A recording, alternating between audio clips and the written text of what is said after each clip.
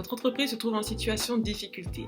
Vous avez fait le point avec votre service comptabilité, avec votre service finance, et vous savez que la situation est tendue, voire qu'elle risque de le rester pendant quelques temps. Même si vous avez eu des problèmes à payer quelques factures, ou en tout cas vous le pressentez, vous avez aussi ce manque de souplesse financière. Vous savez qu'il est essentiel pour vous de maintenir les collaborations avec vos clients, avec vos fournisseurs et de continuer à leur donner confiance. Donc c'est ce que l'on va voir dans cette vidéo, donc les critères sur lesquels se basent vos partenaires commerciaux pour décider ou non de travailler avec vous.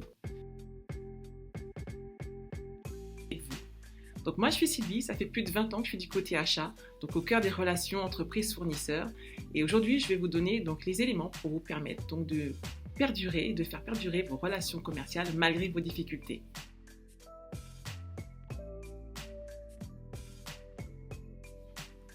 Alors, j'ai divisé donc ces indicateurs en 3 éléments. Premièrement, les indicateurs financiers.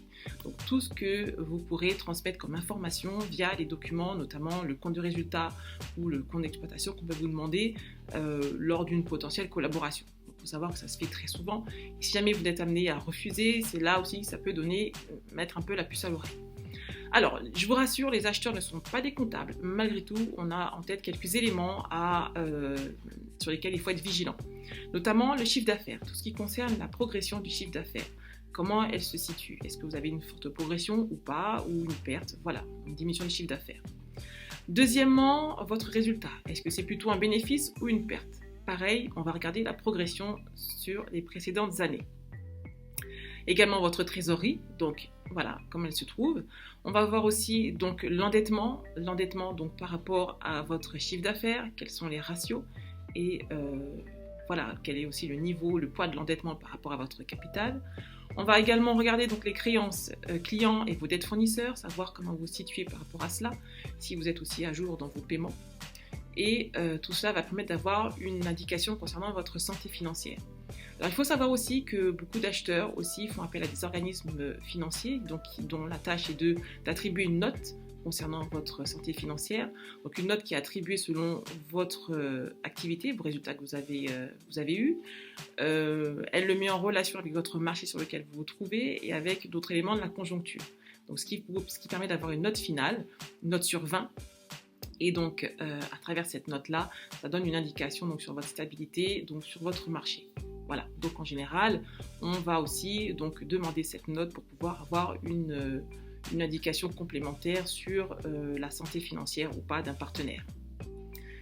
Alors, les autres critères concernent également les conditions de paiement. Donc, si vous êtes un fournisseur avec lequel vous travaillez souvent avec une entreprise et aujourd'hui vous décidez de changer vos conditions de paiement, pas de souci.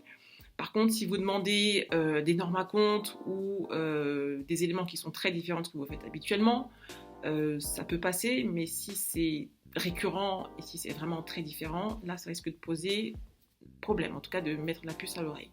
Notamment si vous demandez des acomptes très très importants, alors que votre activité ne le nécessite pas vraiment et que jusqu'à maintenant, vous ne l'avez pas fait. Donc là, il va falloir aussi pouvoir justifier ou en tout cas rassurer à ce niveau-là. Les troisième types d'indicateurs sur lesquels se basent vos partenaires commerciaux concernent l'aspect relationnel, notamment lorsqu'elle est en contact avec vos équipes, que ce soit le commercial ou le technicien, et que certaines fois des rumeurs fuitent. Donc là, ça peut être un petit peu dérangeant. Mais au-delà des rumeurs, c'est aussi le comportement qui peut aussi être révélateur de votre situation, notamment si les commerciaux sont démotivés, s'il y a un fort turnover, si votre équipe est changeante et n'est plus aussi impliquée, à ce moment-là, ça se ressent dans les relations et ça pose aussi des problèmes et ça amène justement à les creuser pour avoir plus d'informations sur la situation.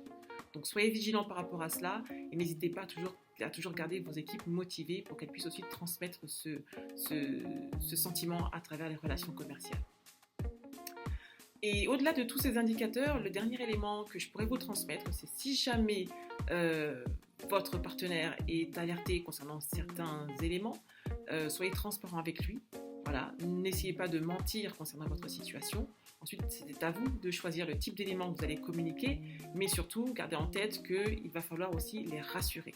Rassurer en donnant des éléments factuels, en donnant des chiffres, des relations peut-être commerciales avec des clients que vous avez qui sont suffisamment stables pour vous garantir un certain chiffre d'affaires et aussi les rassurer concernant l'avenir de la collaboration avec vous et sur votre capacité à rebondir, à faire face à vos difficultés actuelles. Voilà. Surtout, n'hésitez pas aussi à aller voir nos autres formations, notamment sur la trésorerie, donc sur les techniques, les méthodes et outils pour vous permettre de pouvoir redresser la barre assez rapidement concernant votre trésorerie et améliorer donc la gestion de vos dépenses. À très bientôt.